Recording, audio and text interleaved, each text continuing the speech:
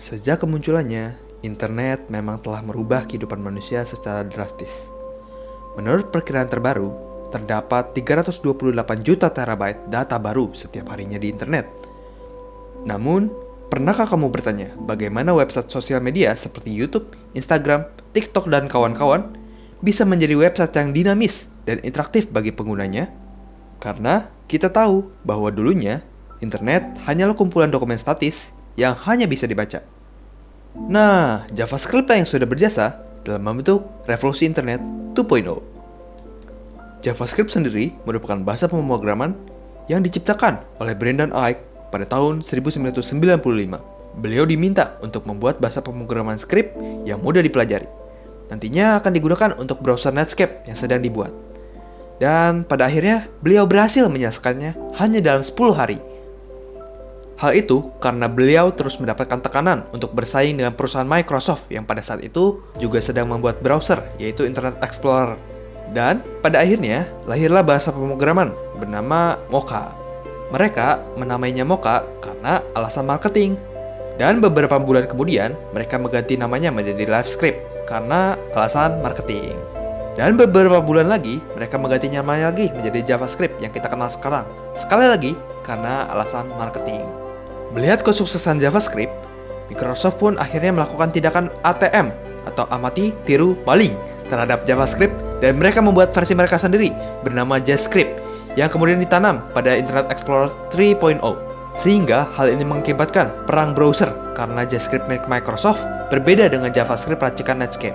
Maka dari itu, lahirlah standarisasi kode JavaScript bernama ECMAScript atau yang sering kita kenal sebagai standarisasi ES.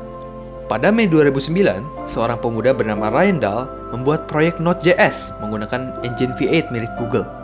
Dari sinilah JavaScript mulai bermunculan di mana-mana.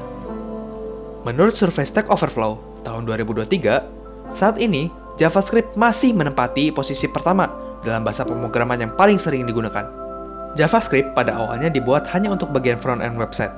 Namun sekarang, kita bisa membuat aplikasi, game, IoT, backend untuk server, bahkan kita bisa melakukan machine learning loh. Maka dari itu, hukum Atwood berbunyi, semua aplikasi yang bisa dibuat dengan JavaScript, pada akhirnya akan dibuat dengan JavaScript.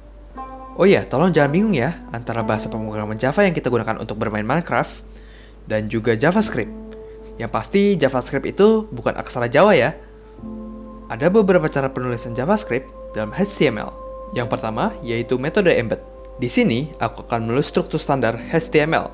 Kemudian, aku akan menggunakan text script di dalam body yang isinya adalah console, log, salam dari bebek padengklek.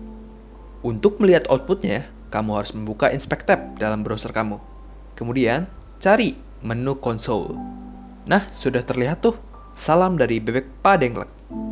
Selanjutnya, metode inline, yaitu menulis kode JavaScript di dalam atribut HTML.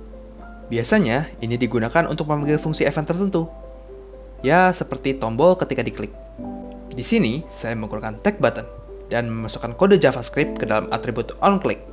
Di sini, saya menggunakan function alert, sehingga output akhirnya nanti akan berbentuk seperti dialog ini, tidak konsol lagi. Yang terakhir adalah menyisipkan kode JavaScript eksternal ke dalam HTML menggunakan text script seperti ini. Nantinya, atribut src akan berisi alamat di mana file JavaScript itu diletakkan. Di sini, saya memiliki dua file, yaitu index.html dan juga yang satu lagi, file JavaScript-nya. Dengan begitu, kita bisa menyimpulkan bahwa file index.html ini sedang mereferensi file JavaScript di lokasi lain. Cukup perkenalan singkat mengenai JavaScript. Kalau kamu menyukai konten ini, jangan lupa ya untuk meninggalkan like dan subscribe. Aku juga sudah membuat Discord server kecil-kecilan. Kalau kamu nggak keberatan, boleh kali ya join untuk ngobrol santai. Terima kasih dan sampai jumpa.